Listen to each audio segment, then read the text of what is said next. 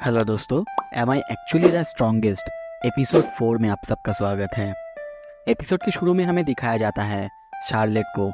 वो मॉनिटर में देख के हारुतो को कहती है, भाई भाई देखो गुंडे आ गए हैं, और बहुत ज्यादा एक्साइटेड होती है उसे एक्शन में देखने के लिए। तभी वह फ्ले भी आती है। वो भी अब हारुतो के साथ जाकर उसकी मदद करना चाहती है। ये सुन के हारुतो को अच्छा नहीं लगता है। दूसरी तरफ शार्लेट बहुत ज्यादा एक्साइटेड होती है। दोनों मिलके उसे फोर्स करने लगते हैं ताकि फ्ले उसके साथ जा सके। हारुतो अपने सामने और कोई रास्ता ना देखकर हाँ कर देता है। कुछ देर बाद हम देखते हैं हारुतो फ्ले को कह रहा है शार्लेट उन दोनों को मॉनिटर में देख रही होगी, इसलिए वो वहाँ पे जाके कोई वायलेंस ना करे। फिर सीन शिफ्ट होता है, हमें उन गुंडों को दिखाया जाता है। तभी वहाँ पे हारुतो अपने ब्लैक नाइट के रूप में आता है। वो सारे गुंडे उसे देख के डर जाते हैं। तभी वहाँ पे फ्ले भी आती है अपने नए रूप में। पर हम देखते हैं वो वहाँ पे आते ही अपने फायर मैजिक से उन सब पर आग बरसाने लगता है। ये देख के हारुतो उसे बार बार रोकने के लिए कहता है, पर वो नहीं रुकती। उपाय ना देखकर हारुतो अपना बैरियर मैजिक उन सब पर यूज करता है। हम देखते हैं फ्ले के फायर मैजिक अब उन पर कोई असर नहीं कर रहा था। ये देख के फ्ले बहुत ज्यादा चौंकती है और अपना पावर और ज्यादा बढ़ाकर उन पर अटैक करने जाती है। पर तभी पीछे से हारुतो आके उसे रोक देता है और उसे कहने भी लगता है, मैंने तुमसे कहा था ना कोई वायलेंस नहीं। फ्ले कहती है, हाँ मुझे याद है, पर जो भी मेरे लॉर्ड के सामने आएगा मैं उसे जला दूंगी। और फिर से उन सबको जलाने लगती है। ये देख के हारुतो उसे वहां से जाने के लिए कहता है। सीन शिफ्ट होता है, महल के अंदर हम देखते हैं हारुतो बहुत ज़्यादा टायर्ड है। शार्लेट उन दोनों को एक्शन में देख के और उन दोनों की जोड़ी को देख के बहुत ज़्यादा एक्साइटेड होती है और फिर से उन दोनों को एक साथ काम करते हुए देखना चाहती है। हारुतो ये सुन के कहता है, अब फिर से मुझे ये काम करना पड़ेगा और अब तो फ्ले भी है, पर कोई नहीं, शार्लेट के लिए इतना चलेगा। हमें प्रिंस लाउस को दिखाया जाता है। वो बहुत ज्यादा गुस्से में है क्योंकि वो हारुतो से हार गया। गुस्से में कहने लगता है, मैंने सोचा था वो सिर्फ लेवल 2 का है, उसे आसानी से सबक सिखा दूंगा। तभी वहाँ पे हम देखते हैं महल के लोग आते हैं और उसे डिनर के लिए कहते हैं। कल शार्लेट भी उसके साथ जाएगी। ये सुन के लाउस बहुत ज्यादा शॉक होता है और कहने लगता है, नहीं नहीं उसकी कोई जरूरत नहीं है। पर वो आदमी कहता है, नहीं आप कम से कम योर हाइनेस के लिए तो ये कर ही सकते हैं, मेरी बात मानिए, ये उनके लिए बहुत अच्छा होगा। फिर रात का सीन देखते हैं। शार्लेट दूसरे हारुतो यानी हारुतो के कॉपी के साथ उसके लिए डिनर लाई है। हारुतो इतने सारे टेस्टी डिशेस देख के बहुत ज़्यादा खुश तो होता है, पर तभी वो अपने पीछे उसकी कॉपी को देखता है। वो बहुत ज़्यादा एग्जॉस्टेड है। पूछने पर वो कहता है, तुम्हें तो पता है ना मैं कैसा फील करता हूँ। वहाँ वो सब मुझसे वही सब करवा रहे थे जो मैं नहीं करना चाहता, समझ रहे हो ना तुम। हारुतो कहता है, हाँ अगर मैं होता तो हैंडल ही नहीं कर पाता। दूसरा हारुतो बहुत ज़्यादा टायर्ड होने के कारण तभी बिस्तर पे लेट जाती है। फिर हारुतो को शार्लेट से पता चलता है टुमारो उसकी टूर है प्रिंस के साथ। हारुतो मन में सोचता है प्रिंस तो बिल्कुल अच्छा नहीं है। फिर वो अपनी कॉपी को सोते हुए देखकर सोचता है, लगता है अब मुझे ही जाना पड़ेगा। सीन शिफ्ट होता है, हम देखते हैं हारुतो अपने मॉनिटर्स में जिस रास्ते से वो लोग जाएंगे उस रास्ते का हर एक जगह चेक कर रहा है। तभी वो देखता है एक जगह पर बहुत सारे लोग मिलके कोई समनिंग मैजिक कर रहा है। वो सोचता है क्यों ना मैं खुद जाके वहाँ पे देख लूँ। सीन शिफ्ट होता है, हमें उन सबको दिखाया जाता है। वो सब एक साथ किसी मैजिक को समन कर रहे होते हैं। हारुतो वहाँ पे जाके पूछता है, हे तुम सब क्या कर रहे हो? पर वो लोग उस पर हमला कर देते हैं। ये देख के हारुतो को बहुत ज़्यादा गुस्सा आता है और वो कहता है, अच्छा ऐसा है तो फिर मैं भी तुम सबके ऊपर कोई मर्सी नहीं दिखाऊंगा। और वो भी उन पर हमला कर देते हैं। उसकी एक हमले से वापस सब कोई बिखर जाता है इधर। पर तभी हम देखते हैं उनका जो मेन लीडर है वो स्केलेटन सोल्जर्स को बुलाता है। उस जगह से बहुत सारे स्केलेटन सोल्जर्स बाहर निकलता है और ये देख के हारुतो बहुत ज़्यादा शौक होकर कहता है, लाइव अपने सामने स्केलेटन्स को देखा। गेम में ये नॉर्मल लगता है पर या तो ये डरावना लग रहे हैं। पीछे से वो आदमी उन सोल्जर्स को हारुतो पर हमला करने के लिए कहता है। वो सब हारुतो पर हमला तो करते हैं पर एक स्लैश में हारुतो उन सबको चूरमार कर देता है।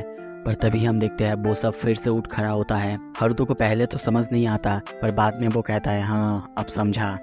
फिर वो देखता है उनके चेस्ट में लाल रोशनी जल रहा था। वो आदमी फिर से उन स्केलेटन्स को ऑर्डर देता है पर इस बार हम देखते हैं वो उसकी बात नहीं सुनता, उल्टा उसे ही मारने आता है। ये देख के वो फिर से उसी जगह से गोलेम को बाहर निकालता है। हारुतो गोलेम को देख के बहुत ज़्यादा इम्प्रेस होता है। गोलेम उस पर हमला करता है।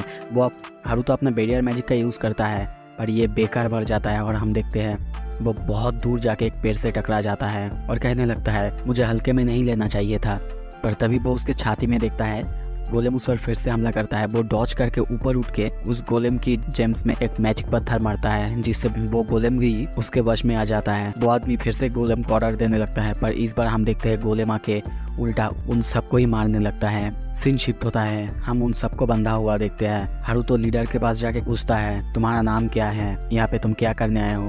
पर हम देखते हैं लीडर चुप है तो चुप है ही, वो कुछ भी बोलने के लिए राजी नहीं है। ये देख के हारुतो कहता है माफ़ करना, शायद मैंने कुछ ज़्यादा कर दिया है। मुझे लोगों से बात करने की आदत नहीं है, पर अभी मुझे क्या करना चाहिए। और तभी वो अपने हर एक सोल्जर को ऑर्डर देता है।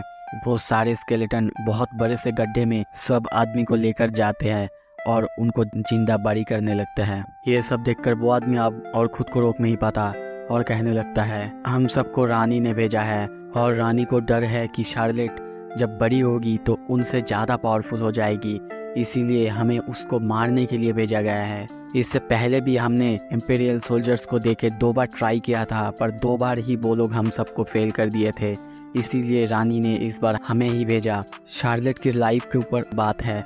ये सुन के हारुतो को बहुत ज़्यादा सदमा लगता है। वो खुद को अब संभाल नहीं पाता, बहुत गुस्सा हो जाता है, उसकी एनर्जी बाहर निकलने लगती है। हम तभी देखते हैं गोलेम उस आदमी को पकड़ के इधर उधर झटका मारने लगता है, और तभी हारुतो उसे रोक के कहता है थोड़ी देर पहले मेरे पावर मेरे हाथ से जाने वाला था, पर वो लेडी अपने स्टेटस अपने पावर के लिए कुछ भी कर सकती है। हाँ, हो सकता है वो मेरी बायोलॉजिकल मदर, पर अब मैं उसे नहीं छोड़ूंगा।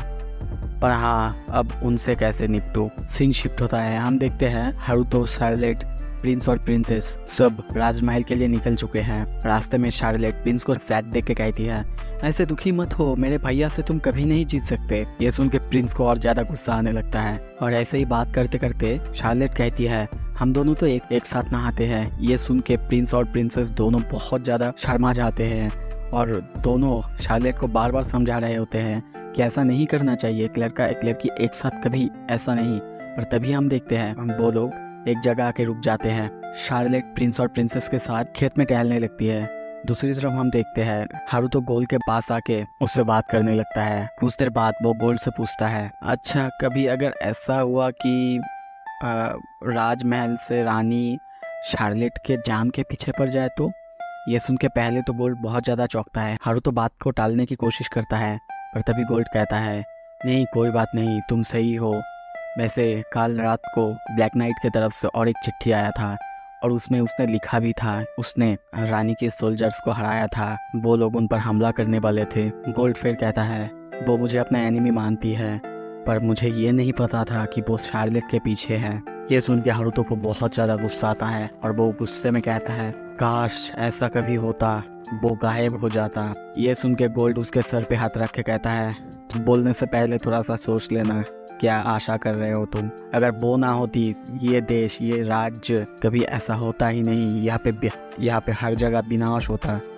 ये सुन के हारुतो को थोड़ा सा अजीब लगता है और कहता है क्या, पर क्यों।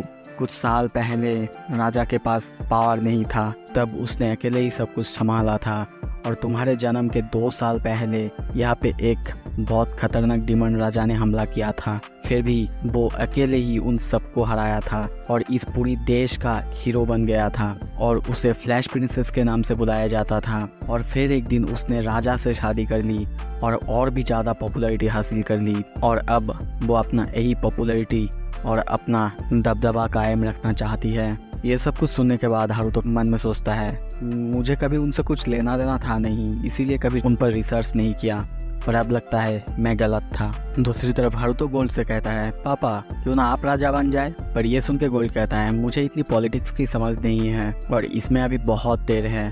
वैसे जब शार्लेट बड़ी हो जाएगी तब वो बहुत ज़्यादा पावरफुल हो जाएगी, यहाँ तक कि फ्लैश प्रिंसेस को भी सरपास कर जाएगी, तब शायद कुछ देखा जा सकता है। ये सुनते ही हारुतो कहता है हाँ, ये तो उस आदमी ने भी बताया था। और फिर वो सोचने लगता है शार्लेट की बड़ी होने और उसे एक अच्छी क्वीन बनने तक मुझे उसे प्रोटेक्ट करना होगा, और मैं ये करके रहूँगा।